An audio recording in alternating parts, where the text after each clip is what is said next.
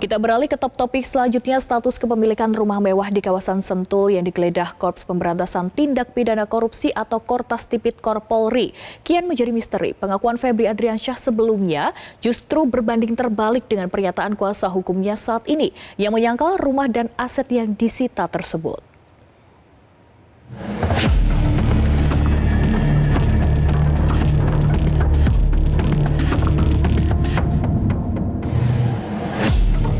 Pemeriksaan Febri Adriansyah sebagai tersangka pada Jumat 17 Juli kembali mengundang misteri soal status kepemilikan rumah di kawasan Sentul yang digeledah tim Kortas Tipikor Polri. Dalam konferensi pers di Kejaksaan Agung pada 10 Juli lalu, Febri Adriansyah yang saat itu masih menjabat sebagai Jampitsus secara lantang mengakui kepemilikan rumah yang digeledah polisi tersebut.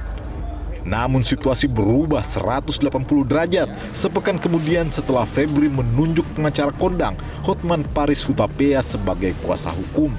Hotman mengatakan sertifikat rumah tersebut bukan atas nama Febri, melainkan aset hibah mertua yang langsung diberikan kepada sang anak yang selanjutnya digunakan oleh tersangka Don Rito. Rumah itu dulunya adalah rumah mertuanya. Rumah mertuanya, tapi sudah lama dihibahkan ke cucu dari mertuanya. Jadi secara sertifikat itu bukan atas nama dari Febri. Itu ada buktinya. Itu di BAP tadi ditulis. Sejurus dengan pernyataan Hotman, kuasa hukum Don Rito, Handika Honggowongso menyebut rumah di Sentul sudah ditempati kliennya sejak tahun 2023 untuk digunakan sebagai yayasan. Ia pun menegaskan aset ratusan miliar termasuk emas 74 kg yang ditemukan penyidik Polri di rumah tersebut tidak ada hubungannya dengan Febri Adriansyah. Itu penguasaannya ada di klien kami. Penguasaan kepemilikan. Jadi itu bukan milik Pak Febri. Tapi ditempati oleh Pak Febri. Rumah itu sudah 10 tahun, informasinya nggak pernah dipakai sama Pak Febri.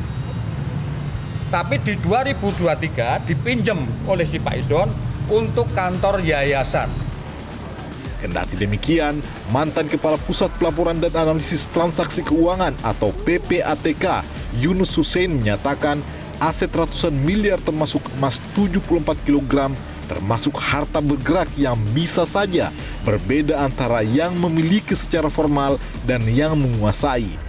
Namun semua pihak tersebut bisa dimintai pertanggungjawaban di depan penegakan hukum.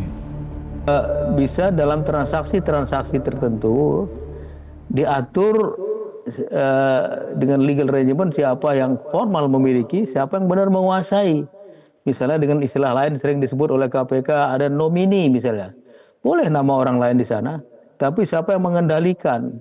Dan memang banyak terjadi. Ada salah satu terdakwa dalam kasus korupsi juga. Dia bilang, saya nggak pernah lakukan transaksi itu menantu saya semuanya.